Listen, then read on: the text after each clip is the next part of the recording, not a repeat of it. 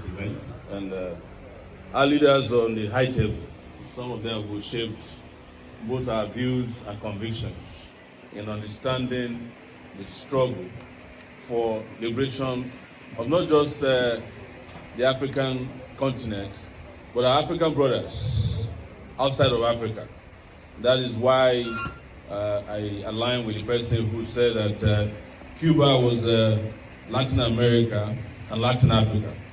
And I must tell you that I haven't been to Cuba. I applied actually for the Cuban visa, got it through our late comrade, I forgot his name now, who used to help us, Omotajo. But I didn't make it to Cuba, but I've been in Brazil and I've seen our people in Brazil. But I really, really appreciate the courage of Cubans. They are really the Davids that killed Goliaths over these years. I'm just making a biblical reference. This is not a Christian event. And the US is 90 miles. Florida is 90 miles from Cuba. But Cuba is a country that they couldn't defeat within that range. They have defeated countries that are thousands of miles.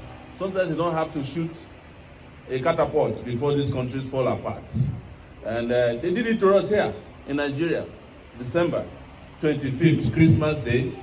They threw bombs in several parts of Nigeria and defeated the spirit of Nigeria as a country that used to stand up not only against the US imperialism on the continent of Africa through South Africa, but a country that has the largest population of black people. They threw a bomb, several bombs in this country, just so that they can tell us that we are nobody.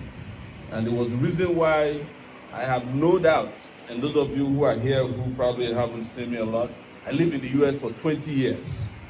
And my wife and children are still in the US. In fact, I carry their green cards.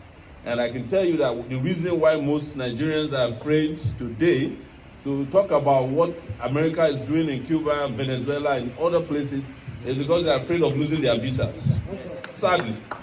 And I've told them, if you want to take my visa, you can take it, but you can't take my dignity. And it's not going to happen. But one thing I know is that Donald Trump will not last forever. Just like US had presidents that did wrong against humanity and they were disgraced, Donald Trump will go down that rabbit hole as well. You cannot tell me that you hate Cuba for standing up to be who they want to be, not slaves of anyone. And you say you believe in human rights, but the people of Palestine don't matter. We can kill 1,000 of them per minute, and nobody will say a word. But the Cubans, who have never offended you other than saying, look, we're human beings, we just happen to be unfortunate to share the same continent with you, you're killing them the way you have never done to anybody before. A small country that has given education to its people, give medical care to its people, and made even black people the pride of the world. You want to destroy them. And nobody's talking about it. Part of the reason why they hate Cubans is because of racism. They just can't stand the blacks there, who, by the way, are some of the most beautiful people in the world, Cubans. So I want to solidarize with the Cubans. It's not about long speeches. We must do to Cuba what we used to do for South Africa. Stand with them, stand for them, and ensure that even when the world says no, we send support to them. Because if Nigeria were to be in this situation when Fidel Castro was around, he would have sent support to us, and he would have damned the consequences. And that is why our country also, and this is my last word here, and it's for Nigerians, we need leaders, real leaders, who understand the meaning of the pride of black Africans, who can stand up. We don't need all these leaders who fold, the moment they see an American congressman, they are folded.